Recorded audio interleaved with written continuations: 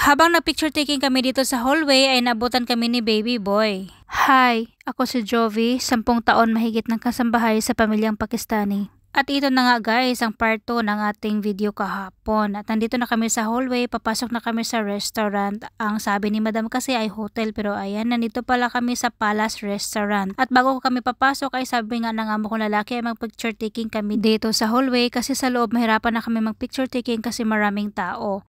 Alam ng mga amo ko kapag ganitong okasyon ay mahihain talaga ako kasi naman ako lang nag-iisang Pinay kaya mahiya ako makihalubilo sa kanila.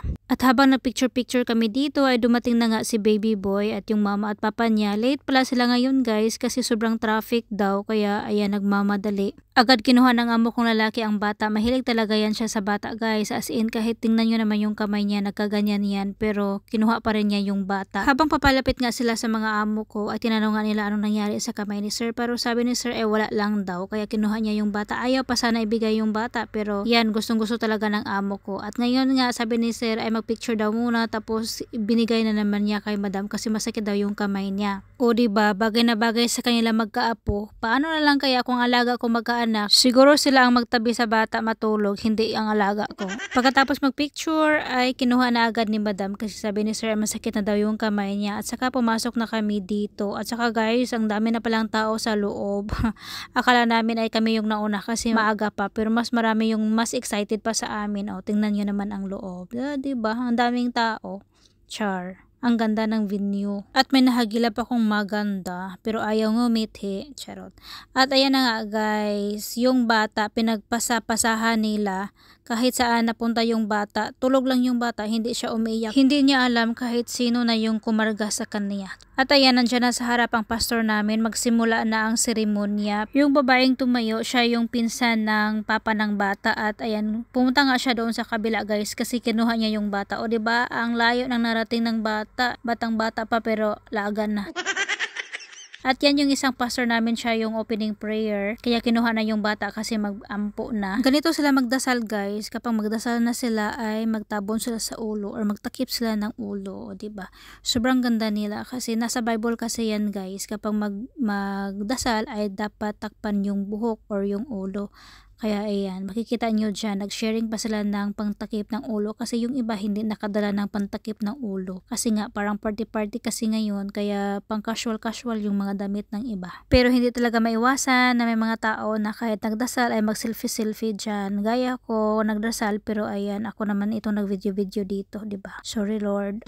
Hallelujah. At pagkatapos ng opening prayer ay tinawag nga ang amo kong lalaki para ipagdasal yung bata kasi nga dedication ng bata ngayon, kailangan may special na dasal para sa bata at ang amo kong lalaki ang napili na magdasal. Kasi sa totoo lang guys, sobrang laking ambag ng mga amo ko sa panganganak ng babae. Kaya pinili silang parang sila yung lula at lolo sa mother side at sa father side. Kinuha sila, pinangalanan sila na sila yung lula at lolo sa mother side at saka father side. Natapos na nagdasal ang amo kong lalaki at upo na sana siya dito kasama namin pero ayan tinawag siya ulit ng pastor namin kasi yung pastor namin ay magdasal naman sa buong pamilya ng bata kasama yung mama at papa at si sir nga itong parang lolo ay doon din nakatayo kasama sila. At ayan itinaas ang mga kamay para i-bless silang lahat na nasa harap. Alam nyo guys, kasing edad ko lang itong mag-asawa at first baby nila ito kaya sobrang saya nila at ganito sila kasaya na nagkaroon sila ng anak. At baka nagtaka kayo bakit hindi ko pinakita itong alaga ko kasi wala sa mood itong alaga ko guys. Ayaw niya tumawa kaya hindi ko na lang siya binidyohan. Dito na lang sa harap palagi. Kasi nagugutom na pala. Mag-iba talaga yung mood niya basta gutom. At ngayon ay patapos na. Ang sinambit nila ngayon ay Ama Namin or the Lord's Prayer or Amahan Namo.